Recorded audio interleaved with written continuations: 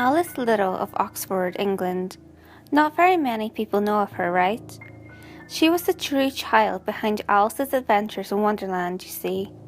She and her two siblings were very good friends of a certain Charles Lutwidge Dodson, or Louis Carroll, but nobody does know for sure certain things. It was the 4th of July, not something celebrated highly in England, I can tell you. Dodson, a don of his, Dr. Duckworthy, and three little sisters, Lorna, Edith, and Alice, were out on a rowboat ride to their favourite picnic spot. It was normal for this. They were all good friends, and Dodson had promised little Alice a very nice story. Alice readily enjoyed the story of her adventures in Wonderland, but her sisters were less than impressed. While Lorna and Edith were well brought up, and never would admit such a thing, Dodson could sense their animosity towards his tail. He quickly told Duckworthy to make ready their picnic. As Duckworthy did the bidding of his friend, Alice gently asked Dodson if he would be willing to pen the tale for her.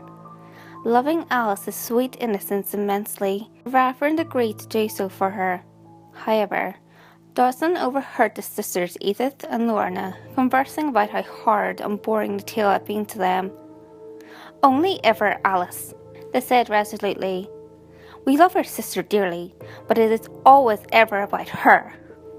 Dodson was taken aback by the vanity. Well, being in his day, Alice had gone, in that time, to pick some sweet rushes from the riverbank. Dodson followed Alice as the little sisters talked gaily to one another, never imagining what would soon happen. Robinson Duckworthy continued to set up the picnic.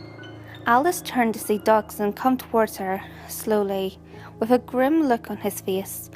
The girl ran to his arms, seeing him smile so gently at her. Dodson gripped the collar of Alice's dress, much to her surprise, and roughly yanked her into the air. "You like to hear stories about yourself?" Dodson asked in an eerily wheezing tone. Alice nodded, silent. Dodson smiled, a painful kind of grimace more than anything. "Only ever Alice. Oh, they'll be glad it's only ever Alice." Dodson set Alice back down by the rushes. "Pick some for me, please," he said. Alice happily obliged, bending to take up the beautiful water plants. Dodson knelt by her, hidden from all the others, and shoved her forward. Alice's shouts were muffled by the calm river water. As she splashed and flailed madly, Dodson held her down, tears streaming from his face. When at last the child stopped moving, Dodson picked her up in his arms, now fully crying bitterly, and dried her soaked hair with his waistcoat. He noticed, oddly enough, a young white rabbit hop away in a rather frightened manner. The man stopped crying and carried Alice back to the waiting trio. He would be back for them soon. He had to bring Alice, dear, sleeping Alice, home. With one of his cameras, he took a picture of the dead child, just by a wall. He left her there. Everyone knew that he did it, but nobody could prove it. The Littles got all relationships to the man, who later became an author. They renamed their child, Manila, as Alice. She later married Sir Reginald Hargreaves, but retained relationships with a certain son of Queen Victoria. Dodson never forgot his grave crime, or the reason he had done it. He began an ode to the sisters he used to love with, cruel three, and as well, a certain part of Through the Looking Glass, and what Alice found there, involves everyone's child hero, Alice, trying vainly to pick sweet rushes.